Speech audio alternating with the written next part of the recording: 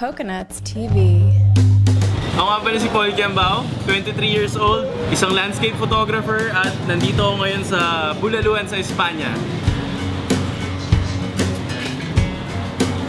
Nahilig ako sa landscape photography, actually nung college pa. After I graduated from college, sinigurado ko sa sarili ko na gusto kong i-pursue yung passion ko for landscapes. And then, nag-backpack ako for 3 weeks sa Batanes and nagkasugat-sugat ako doon, nahulog sa bike, kinampas ng alon. Pero yun yung nag-spark sa akin na mag-adventure pa. Eto na! Dumating na ang pinakahinihintay kong Bulalo Special. So, ito yung Kenchi part sa may bandang paanan ng baka.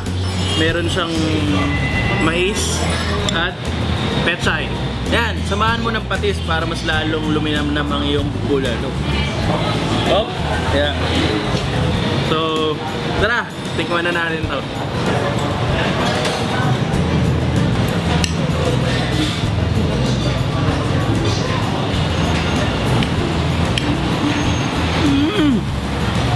Ayun, sobrang malinamnam nung baka at napakalambot kasi 3 oras siya pinakuluan.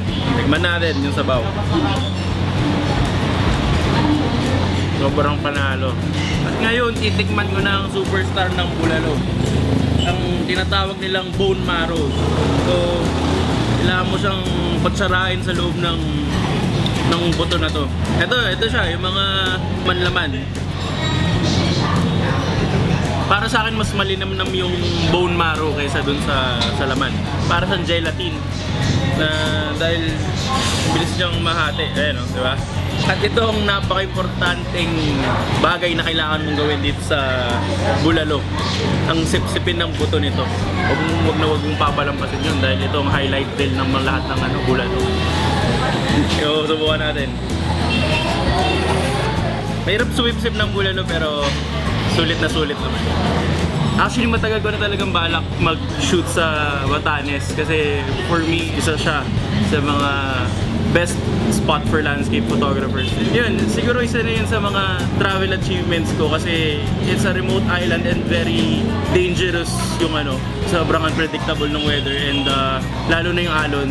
Isa yun sa mga unforgettable experiences ko.